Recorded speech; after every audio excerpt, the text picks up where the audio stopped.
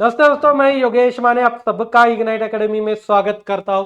दोस्तों सीजीपीडीएम के मेंस की एग्जाम अब कंप्लीट हो चुकी है और सरप्राइजिंगली मेंस का पेपर स्पेसिफिकली पेपर 2 आया था। क्लियर। अब थोड़ी सी बात करते हैं इस पेपर की। पेपर 1 तो काफी इजी था, राइट, मतलब एक एवरेज पेपर समझ के चलिए।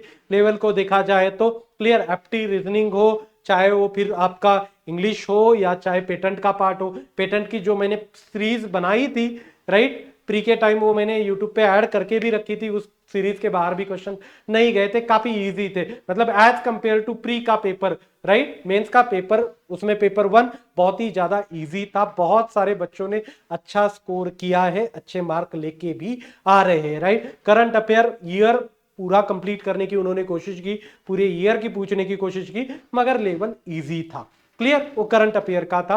पेटर्न की सीरीज बिल्कुल इजी थी, बहुत ही स्ट्रेट फॉरवर्ड थी। पहले जैसा घुमा फिरा के क्वेश्चंस पूछे नहीं गए थे। एक्सपेक्टेड ये था कि प्री से भी थोड़ा सा ज्यादा लेवल वो मेंस में पेटेंट की सीरीज में बढ़ाएंगे, मगर वैसे किया नहीं। सिंपल सा क्वेश्चन का लेवल रखा गया है। एप्टी रीजनिंग भी प्री से तो इजी ही था, जो आप लोगों से हमें फीडबैक मिला है उस हिसाब से देखा जाए तो। क्लियर, ये रहा पेपर 1 का। अब मैकेनिकल का पेपर 2 की बात करें दोस्तों, लगा क्या था मैं फ्रैंकली बता दूं आपको। क्लियर, क्योंकि जो सब है वो यूट्यूब पे है, राइट। तो आपके जो 25 क्वेश्चन थे, हर क्वेश्चन 4 मार्क के लिए था। तो एक्सपेक्टेड क्या था, आपने इंजीनियरिंग सर्विसेज वगैरह के पेपर देखे होंगे तो उनमें 4 मार्क के लिए भी थ्योरी अच्छी खासी पूछी जाती थी, मगर भाई साहब फिलिंग द ब्लैंक पूछा है। क्लियर, आपको टेम्परेचर दिया है, कार्नोट साइकिल वगैरह के कार्नोट साइकिल के टेम्परेचर की बात पूछी है, डिफरेंसेस पूछे। इतना इजी पेपर था। बच्चे कंफ्यूज इसमें हो गए कि साला फिलिंग द ब्लैंक का एक लाइन लिखे, उसको 4 मार्क क्या देंगे। तो कुछ लोगों ने क्या किया है कि वो फिलिंग द ब्लैंक दिया है और उसके नीचे उन्होंने एक्सप्लेन किया है उसको कि यही आंसर उसका क्यों है। क्लियर, क्योंकि जाहिर सी बात है ये लेवल हम एक्सपेक्ट नहीं कर रहे थे और आनी भी इतनी कम लेवल की नहीं चाहिए था। क्लियर, थोड़ा सा लेवल बना रहता तो कंपटीशन थोड़ी सी हेल्दी होती। क्लियर, बच्चे कुछ कंफ्यूज हो गए टाइम पे। क्यों कंफ्यूज हो गए, लिखेंगे क्या इसमें, राइट। 4 मार्क के लिए फिलिंग द ब्लैंक पूछा जाए तो उसके ऊपर लिखना क्या है, यही सवाल था, राइट। और इस ऐसी लेवल के क्वेश्चंस पूछे गए थे, इस वजह से काफी ज्यादा टाइम बना हुआ था। क्लियर, कोई भी कॉम्पिटेटिव एग्जाम्स में आपने चाहे एसएससी का प्रिपरेशन किया हो या कोई दूसरे एग्जाम का प्रिपरेशन किया हो, ऑब्जेक्टिव एग्जाम का, गेट का भी प्रिपरेशन किया हो, तो आपको स्पेसिफिकली कुछ भी करने की जरूरत नहीं थी।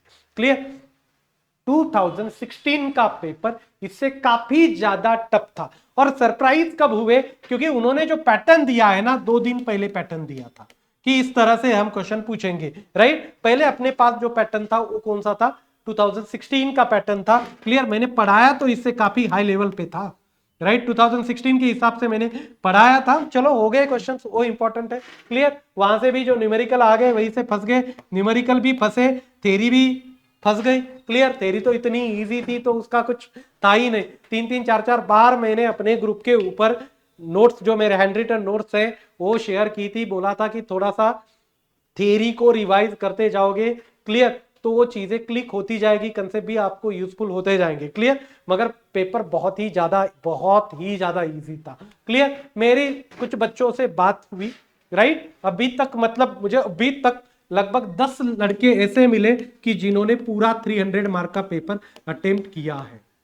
क्लियर, और ऑन एन एवरेज 250 प्लस बहुत सारे लड़कों का पेपर अटेम्प्ट है, 250 प्लस, क्योंकि टाइम काफी था। क्लियर, लिखने के लिए मैंने तो बहुत वर्स्ट के लिए प्रिपेयर करके रखा था अपने स्टूडेंट को कि इस तरह से आप अपने आप को प्रिपेयर रखो। क्लियर, अब एक आधा 2 क्वेश्चंस इधर उधर होगा, सबका जो 300 मार्क का लेके आया उसका भी एक आधा गलत होगा, हो सकता है कि छोटे मोटे एरर्स हो जाए, थ्योरी लिखते वक्त इधर उधर गड़बड़ हो जाए। क्लियर, मगर यहाँ का पेपर 1 का थोड़ा सा एडवांटेज, फिर मेंस का एडवांटेज और इंटरव्यू के एडवांटेज में भी वो कुछ चीजें आप कवर कर सकते हो। Clear, overall paper was very very very very easy. Clear, unexpectedly easy था। क्लियर, एनटीए को शोभा नहीं देता है कि इतना लेवल नीचे रखे। क्लियर, पेपर में हमेशा थोड़ी सी मीडियम लेवल होनी चाहिए, नहीं तो अच्छी सी लेवल होनी चाहिए। ओके, बहुत ऐसे इसमें होता क्या है कि जो एग्जामिनर है चेक कर रहा है ना, वो फिर सबके पेपर वैसे ही है ना, वो मार्क कट करने लगता है। क्लियर, इसमें लॉस होता है। बहुत सारे लोगों को लगा कि यार सर क्यों बोल रहे हैं कि इतना इजी नहीं होना चाहिए, पेपर थोड़ा सा टफ थोड़ा सा बन जाता है ना, तो वो चेक करने वाला लिबरल होता है, क्लियर, वो मार्क देते जाता है थोड़े से। अब जब ऐसे पेपर आए ना, अब पता भी नहीं है कि लिखना क्या था, वो 4 मार्क में कितना लिखना चाहिए था, वो क्या एक्सपेक्ट कर रहा है जो चेक कर रहा है, क्लियर। जब आपको कोई पूछा जाए कि एक्सप्लेन इलेक्ट्रो डिस्चार्ज मशीनिंग, तो आपको पता है क्या क्या लिखना है उसमें, क्लियर। फिलिंग द ब्लैक पूछे तो बहुत सारे लोग सोच में पड़े थे कि यार मैं बस एक लाइन में उसका आंसर लिखूं या एक्सपेक्ट करूं, एक लाइन में लिखूंगा तो 4 मार्क देगा क्या, क्लियर। तो ऐसी चीजों के मतलब ऐसे चीज शायद उनको भी इन सवालों के आंसर पता नहीं होंगे, क्लियर। तो ओवरऑल मुझे इस पूरे प्रोसीजर से ये लगा कि ये कोई ऐसा बहुत बढ़िया प्लान्ड टाइप का जो प्रोसीजर सिस्टम चलानी चाहिए थी, वो बिल्कुल हुई नहीं है, बिल्कुल नहीं हुई एनटीए की तरफ से। मतलब कहीं जगह अननेसेसरी जल्दबाजी हुई, क्लियर। जैसे कि एक वीक पहले प्री के बारे में बता दिया कि प्री होने वाला है, तो प्री होने वाला है, एक वीक पहले बता दिया, क्लियर, तो प्री हो गया। फिर रिजल्ट आया तो पहले कुछ लोगों का डिस्प्ले किया, फिर बाद में एक वीक के बाद कुछ लोगों का आया, जैसे कुछ ब्रांच के लिए इंस्टॉलमेंट में रिजल्ट आ गया, क्लियर। फिर उसके बाद में 2 दिन पहले आप बता रहे हो कि इस लेवल का हमारा पैटर्न होगा, अरे परसों को एग्जाम के लिए जाना है बच्चों को, तो आप अभी बता रहे हो कि पैटर्न किस लेवल का होना चाहिए, क्लियर। तो ये ज्यादा मिसमैनेजमेंट की तरफ ही ये पूरा जो फ्लो है इस एग्जाम का चला गया। फाइनली उन्होंने पेपर इजी रखे थे, इसलिए हमें उन चीजों का फील नहीं हो रहा है, मगर ये चीजें समझ में और सामने कब आएगी, जब हमारी मार्किंग बाहर आएगी कि हमें किस लेवल के मार्क मिले हैं, क्लियर है, ओके।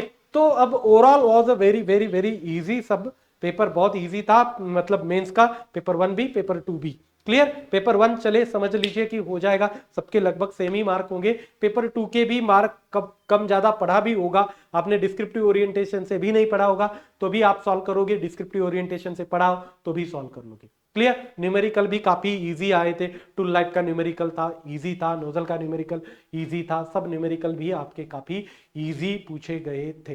कुछ सब्जेक्ट को वेटेज ही मैकेनिक्स के ऊपर पूछा ही नहीं, क्लियर, मतलब पूछना जैसा चाहिए वैसा हुआ ही नहीं, राइट। फॉर्म का डेरिवेशन आया था बेंडिंग स्ट्रेसेस का, सिंपल सा डेरिवेशन था, 15 मार्क के लिए पूछे थे। टॉर्शन के अजम्पशन पूछे थे, उस अजम्पशन में सोचने की भी जरूरत नहीं होती है, ऐसे अजम्पशंस पूछे गए थे, 5 अजम्पशन लिखने, उसमें क्या सोचना है, हुक्स लॉ वगैरह सेटिस्फाई होगा, ये होगा, right. Uniformly properties, isotropic, homogeneous and isentropic, right, ऐसे ऐसी चीजें उसमें लिखनी थी, क्लियर है।